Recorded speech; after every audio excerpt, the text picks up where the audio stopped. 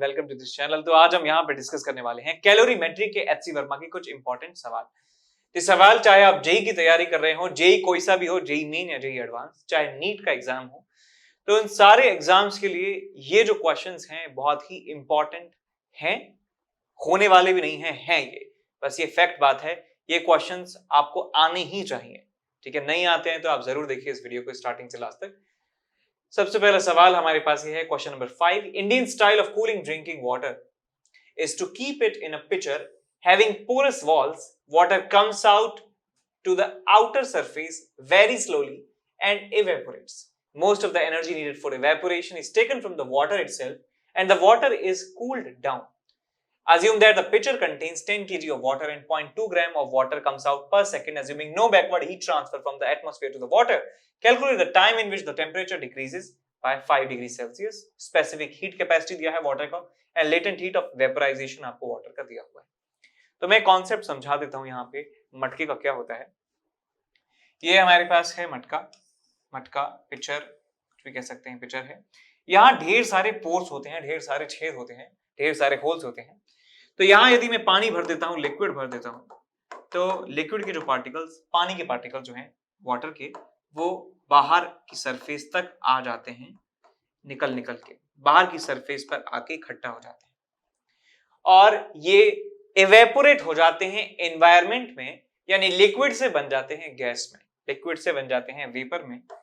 और इस दौरान जो हमें एनर्जी रिक्वायर्ड होती है, हम जानते हैं कि सॉलिड से लिक्विड, लिक्विड से गैस, हमें इस तरीके से कन्वर्जन करना है सीक्वेंशियल, तो हमें एनर्जी देनी होती है। तो यहां से यहां पहुंचाने के लिए हमें एनर्जी देना होगा, लेकिन वो एनर्जी देते कहां से हैं? वो अंदर के पानी से ही एनर्जी खींच लेते हैं। तो ये बात हो गई यार, यहीं से निकले, यहीं में थाली में छेद कर दिया, तो वो काम यहाँ पे होता है। तो अंदर की लिक्विड की एनर्जी कम हो जाती है, इसका मतलब अंदर से हीट ले ली जाती है, इसका मतलब अंदर का टेम्परेचर पानी का कम हो जाता है। और ऐसे ऐसे लगातार इवेपोरेशन प्रोसेस चलता रहता है और हमारा पानी ठंडा अंदर का होता रहता है।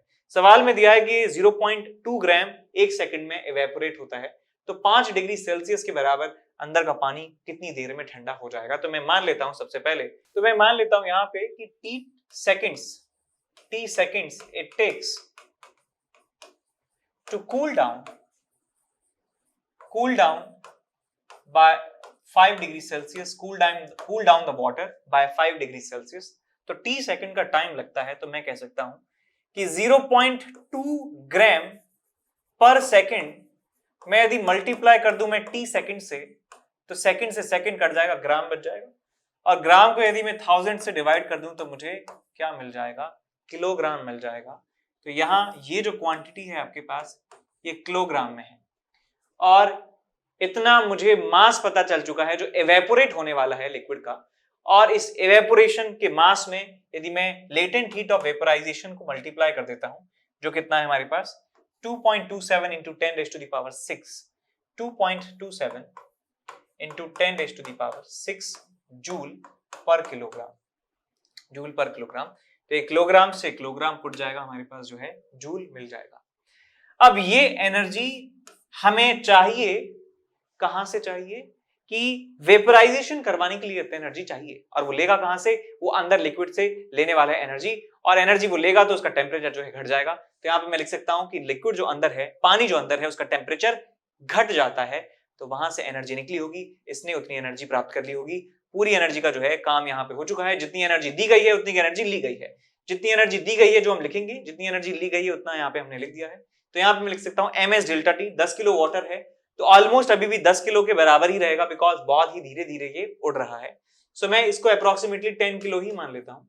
Into s specific heat of water कितना है हमारे पास? 4200 into delta T 5 degree Celsius यहाँ पे मल्टीप्लाई कर देंगे। अब इस इक्वेशन को यदि आप सॉल्व करें तो आपको मिलेगा 0.2 T divided by 1000 into 2.27 into 10 raised to the power 6 is equal to 42,000 into 5।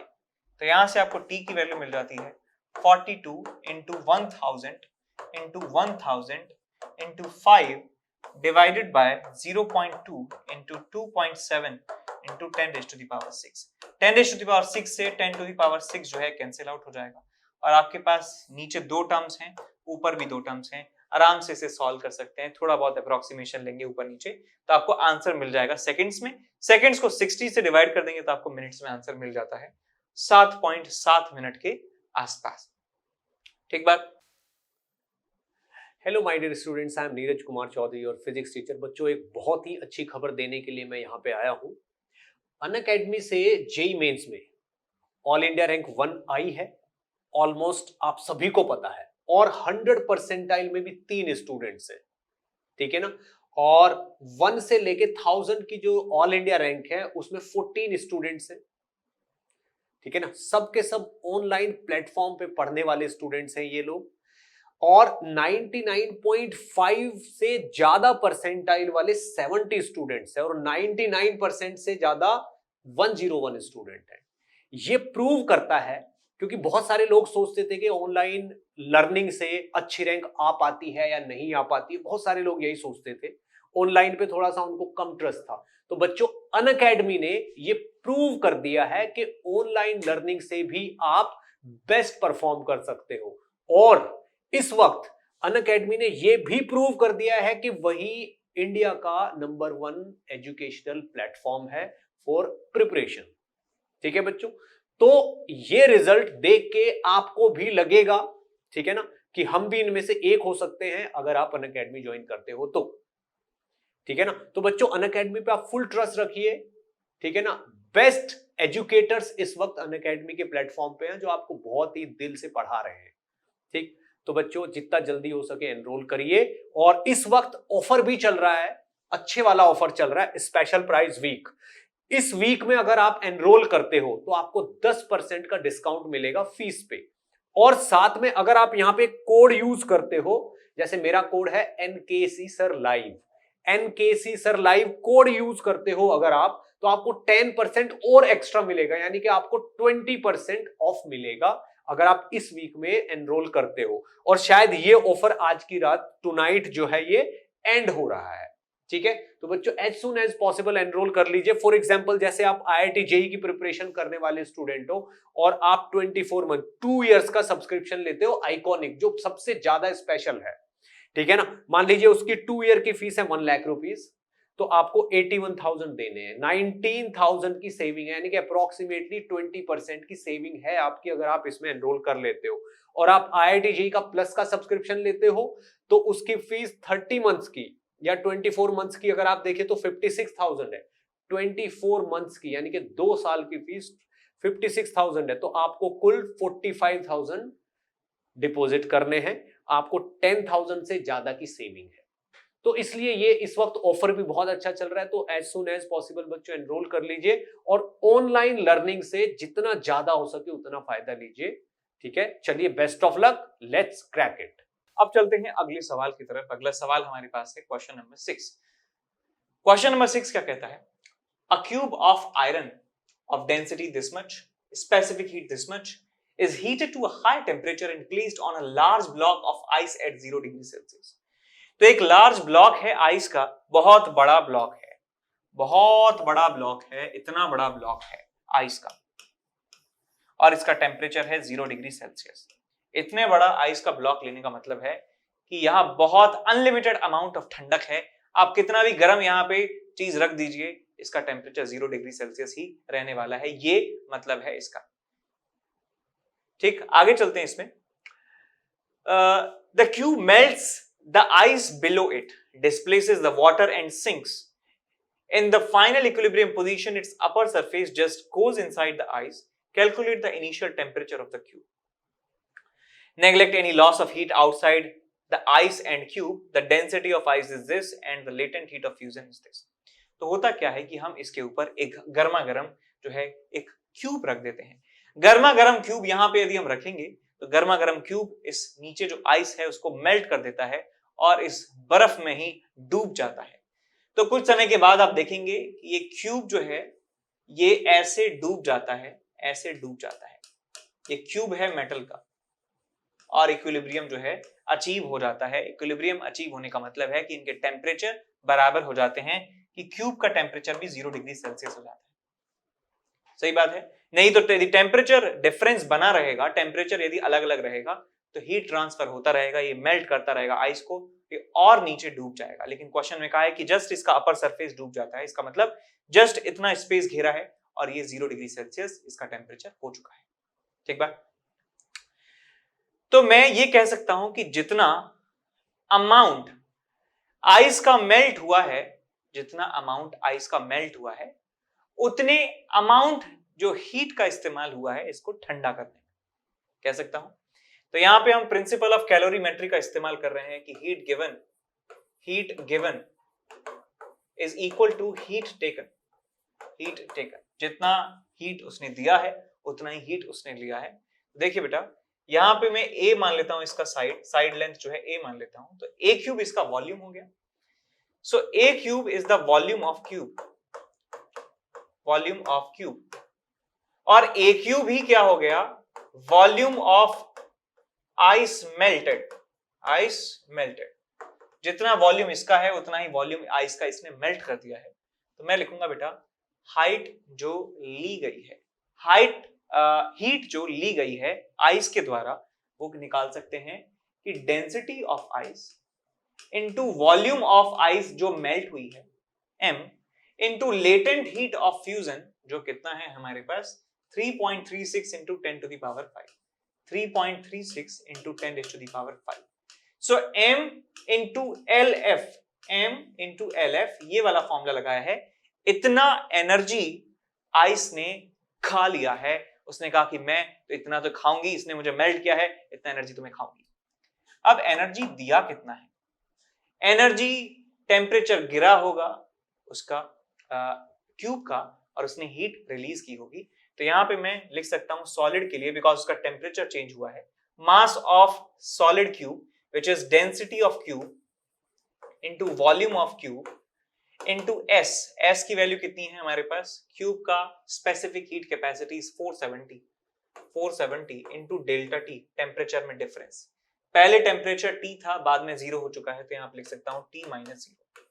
अब इसे बारी आती है सॉल्व करने की। ए क्यूब कैंसिल आउट हो चुका है, और आपको यहां से टेम्परेचर की वैल्यू मिलने वाली है, density of ice into 3.36 into 10 raise to the power 5 divided by density of cube which is 8000। अच्छा, डेंसिटी ऑफ आइस भी लिख देते हैं। आइस का डेंसिटी कितना है हमारे पास, 900 के बराबर। सो इट्स 900, ये 8000, और स्पेसिफिक हीट कैपेसिटी इज 470। इसको आप सॉल्व करेंगे, आपको आंसर जो है मिल जाएगा टेम्परेचर का। टेम्परेचर इन डिग्री सेल्सियस आपको यहाँ पे मिल जाता है। ठीक है, इसके बाद चलते हैं अगले सवाल की तरफ। अगला सवाल हमारे पास है, 1 kg of ice at 0 degree Celsius is mixed with 1 kg of steam at 100 degree Celsius। 100 degree Celsius पे स्टीम है और 0 डिग्री सेल्सियस पे आइस है। What will be the composition of the system when thermal equilibrium is reached? Thermal equilibrium का मतलब temperature बराबर हो जाता है पूरे सिस्टम का, तब की बात कर रहे हैं। Latent heat of fusion of ice is this much and latent heat of vaporization is this much. तो यहाँ पे मैं एक तो इस्तेमाल करूंगा कैलोरी वाले जो डेटा होते हैं, मुझे वो पर्सनली पसंद है कि लेटेंट हीट ऑफ फ्यूजन होता है हमारे पास 80 कैलोरी पर ग्राम, मुझे आसान लगता है ये, और लेटेंट हीट ऑफ वेपराइजेशन होता है वो होता है 540 कैलोरी पर ग्राम। अब एक बात जो है आपके दिमाग में हमेशा पता होनी चाहिए, जैसे आपको पता है कि वनीला आइसक्रीम सस्ती है और जो चॉकलेट आइसक्रीम है वो महंगी होती है, सबको पता होता है। वनीला सस्ता होता है जनरली, एक ही ब्रांड की बात करें तो, और जो उसका चॉकलेट वाला काउंटर पार्ट है वो महंगा होता है। ऐसे यहां देखिए कि आइस को मेल्ट कराने के लिए हमें पर ग्राम कम एनर्जी की आवश्यकता होती है, लेकिन वाटर को स्टीम बनाने के लिए पर ग्राम, 1 ग्राम वाटर को स्टीम बनाने के लिए मुझे 540 कैलोरी के बराबर एनर्जी खर्च करना पड़ता है, और 1 ग्राम आइस को वाटर में बनाने के लिए सिर्फ मुझे 80 कैलोरी खर्च करना पड़ता है। इसका मतलब ये हुआ, यदि आपके पास, अच्छा ये देख भी सकते हैं कि आपको इसका मतलब क्या हुआ। मान लिया आपके पास एक गरम बर्तन है, आपके पास एक पैन है, गरम है, और आप उसमें आइस डालते हैं, तो आइस को कन्वर्ट होने में वाटर में बहुत ही कम टाइम लगेगा, बहुत ही कम जो है एनर्जी लगने वाली है, लेकिन पानी को उबालने में, स्टीम बनाने में काफी ज्यादा एनर्जी का इस्तेमाल होता है। ये हम यहाँ पे कहना चाह रहे हैं। तो जब हमने 1 किलो आइस और 1 किलो स्टीम यदि हमने रख दी है, तो स्टीम बहुत ज्यादा पावरफुल है और आइस जो है बहुत ज्यादा वीक है इन टर्म्स ऑफ एनर्जी पर ग्राम। कि स्टीम वाटर में पूरा कन्वर्ट हो गया तो इस आइस के छक्के छुड़ा देगा। तो हो सकता है यहाँ पे कुछ ना कुछ अटपटा चीज हो सकता है, कि हो सकता है कि पूरा स्टीम जो है यूज ना हो, बिकॉज थोड़े स्टीम में ही आइस को मेल्ट किया जा सकता है। ये एक इंट्यूशन है, ये तब आएगा आपके पास जब आप डेटा को आप नजदीकी से देखते हैं कि अच्छा इतना कंपैरिजन है। कंपैरिजन ड्रॉ करना चाहिए आपको डेटा में, इंसानों में नहीं, डेटा में कंपैरिजन आपको देखना चाहिए। अच्छा इतना स्ट्रांग है, इतना वीक है, ऐसा कर सकते हैं। तो एक इंट्यूशन है, मैं अपना इंट्यूशन मैंने आपको बताया, और उसको देखने के बाद आपको भी इंट्यूशन ऐसा आना चाहिए। आपको आपका ऐसे सोच हो जानी चाहिए कि यार सवाल देखते ही कैलोरीमेट्री का एटलीस्ट, यार अच्छा कुछ तो गड़बड़ है। तो देखते हैं क्या होता है। हमारे पास है वाटर, आइस है, आइस एट 0 डिग्री सेल्सियस। और आइस को मान लीजिए, मैं अभी मान के चल रहा हूं कि आइस कन्वर्ट हो जाती है वाटर में एट 0 डिग्री सेल्सियस, और वाटर कन्वर्ट हो जाता है लेट्स से 100 डिग्री सेल्सियस में, वाटर एट 100 डिग्री सेल्सियस। तो एक बार देख लेता हूं कि कितना एनर्जी मुझे चाहिए होगा आइस को मेल्ट करने के लिए। 1 kg आइस है विच इज 1000 ग्राम। सो 1000 ग्राम को यहां लाने के लिए मैं लिख सकता हूं 1000 इंटू 80, सो 80,000 कैलोरी मुझे चाहिए होगी। 0 डिग्री सेल्सियस वाटर से 100 डिग्री सेल्सियस वाटर बनाने के लिए मुझे 1000 gram into 1 into delta T, तो कितना हो जाएगा आपके पास से 1 लाख कैलोरी और चाहिए होगी। यानी कि 1,80,000 कैलोरी में 1,80,000 कैलोरी में मेरा काम हो जाएगा कि मैं आइस से 100 डिग्री सेल्सियस वाटर में कन्वर्ट कर सकता हूं इसे। अब एक बार देख लेते हैं कि 1 kg स्टीम को यदि 100 डिग्री सेल्सियस वाटर में लेके आते हैं तो क्या होगा। यदि मैं बात करूं यहाँ पे स्टीम की, स्टीम एट 100 डिग्री सेल्सियस, और स्टीम को लाना है वाटर में एट 100 डिग्री सेल्सियस, तो क्या होगा। 1000 ग्राम स्टीम है, 540 उसका लेटेंट हीट है, तो आपको मिल जाएगा ये 5,40,000 कैलोरी यहां से निकलेगी। स्टीम बहुत ज्यादा पावरफुल है, स्टीम पूरा मेल्ट हो जाता है यदि वाटर में, मेल्ट नहीं मतलब कंडेंस हो जाता है वाटर में। सो 5,40,000 कैलोरी के बराबर उसको हीट जो है निकालना होगा, तब जाके ऐसा पॉसिबल है। लेकिन आइस कह रही है कि मैं तो बहुत गरीब हूं और मैं तो 1,80,000 में ही अपना काम चला लूंगी, 1,80,000 में मैं काम चला लूंगी, मैं वाटर तक पहुंच जाऊंगी 1,80,000 में ही, और आपको पूरा मेल्ट होने की जरूरत नहीं है, आपको पूरा मेल्ट होने की जरूरत नहीं है। ठीक है, ये मान लीजिए एक ऐसा एक इमेजिनरी स्टोरी मान लीजिए चल रही है। इमेजिनरी स्टोरी किस तरीके से, कि मान लीजिए मैं बहुत बड़ा बिलियनियर हूं इस समय, बहुत बड़ा बिलियनियर हूं, और मैं कहूं कि इस रिमोट में नए सेल बदल दो। एक रैंडम स्ट्रेंजर को मैंने बुलाया, ये लो रैंडम जो है इसको सेल को बदल दो और मैं तुम्हें इस बात के लिए 1 लाख रुपए दूंगा। तो उसको लगा कि यार ज्यादा हो रहा है, 1 लाख, मुझे 10 रुपए के सेल लगाने इसमें, सॉरी 20 के, सॉरी 100 के, तो मुझे 100 रुपए के सेल लगाने यहाँ पे, तो 1 लाख रुपए मुझे दे रहा है। तो कभी कभी डर भी जाते हैं कि अच्छा ऐसा ना हो इनकम टैक्स की रेट बढ़ जाए, अरे साहब मैं तो इसे 50,000 में ही कर दूंगा। तो वो कह रहा है 50,000 में कर दूंगा, 1 लाख की जरूरत नहीं है, 50,000 दे दे मुझे। तो ऐसे यहाँ पे हो रहा है कि 1,80,000 कैलोरी से ये वाटर बन जाएगा, काम कर देगा। लेकिन वो यदि काम करवा रहा है, वो 5,40,000 कैलोरी दे रहा है, तो हम कह रहे हैं कि भाई 5,40,000 नहीं, हमें 1,80,000 दे दो, हमारा काम चल जाएगा। तो मुझे इतना अमाउंट ऑफ स्टीम बताना है पहले तो, कि जो मेल्ट होने के लिए जरूरी है, जितना वो कंडेंस हो जिससे आइस मेल्ट होकर 100 डिग्री सेल्सियस वाटर में बन जाए। तो आइस को बनाना है वाटर में एट 100 डिग्री सेल्सियस, और स्टीम को भी लाना है 100 डिग्री सेल्सियस पे, 100 डिग्री सेल्सियस वाटर में। तो मान लीजिए x gram of steam melt होती है, x gram of steam condense होती है, और पूरा का पूरा आइस हमारा पिघल जाता है। उसमें एनर्जी चाहिए 1,80,000 के बराबर। तो यहाँ से x की वैल्यू आपको मिल जाएगी 180000 डिवाइडेड बाय 540, 0 से 0, 18 से गया 1000 बार, 18 से गया 3 बार, सो 333.3 आपको मिल जाएगा ग्राम ऑफ स्टीम। ये मेल्ट हो ये कंडेंस हो जाता है वाटर में, और आइस जो है वाटर बन चुकी है। तो हमारे पास 1,000 ग्राम आइस मेल्ट होके वाटर बनाया है और 330.3 ग्राम जो है वो स्टीम कंडेंस हुई है वाटर में। तो टोटल वाटर हमारे पास हो चुका है 1333.3 ग्राम वाटर हमारे पास है और हमारे पास 666.6 ग्राम जो है स्टीम हमारे पास है। अभी भी दोनों का टेम्परेचर 100 डिग्री सेल्सियस होगा और ये थर्मल इक्विलिब्रियम में आ चुके हैं। तो ये एक स्पेशल केस था जब स्टीम बहुत ज्यादा है, हमारे पास एनर्जी का सोर्स बहुत ज्यादा है, बहुत ज्यादा एनर्जी प्रोवाइड कर रहा है वो, लेकिन हमें इतनी रिक्वायरमेंट है ही नहीं। ठीक है, हम ये जानते भी हैं कि कैलोरीमेट्री में हम कोई भी लॉस यहाँ पे इंक्लूड हमें नहीं करना है, तो हमें सारी एनर्जी का हिसाब देना ही पड़ेगा बाद में। दैट्स व्हाई हम पूरा स्टीम को मेल्ट नहीं, कंडेंस नहीं करवाते हैं। तो आंसर आ जाएगा 33.3 gram of water, 66.6 gram of steam. सही है, बिल्कुल ठीक है। अब चलते हैं अगले सवाल की तरफ। अगला सवाल हमारे पास है question number 8। Calculate the time required to heat 20 kg of water from 10 degree Celsius to 35 degree Celsius. Temperature में चेंज करना है 25 डिग्री का। 20 किलो हमारे पास पानी है। Using an immersion heater of 1000 watt, 1000 watt का हमारे पास हीटर है। Assume that 80% of the power input is used as heat the water. Calculate the time. क्या निकालना है भैया? हमें निकालना है टाइम रिक्वायर्ड। टाइम रिक्वायर्ड जो है हमें पूछा गया है। तो 1000 वॉट, 1000 जूल इन 1 सेकेंड हमें लग रहे हैं।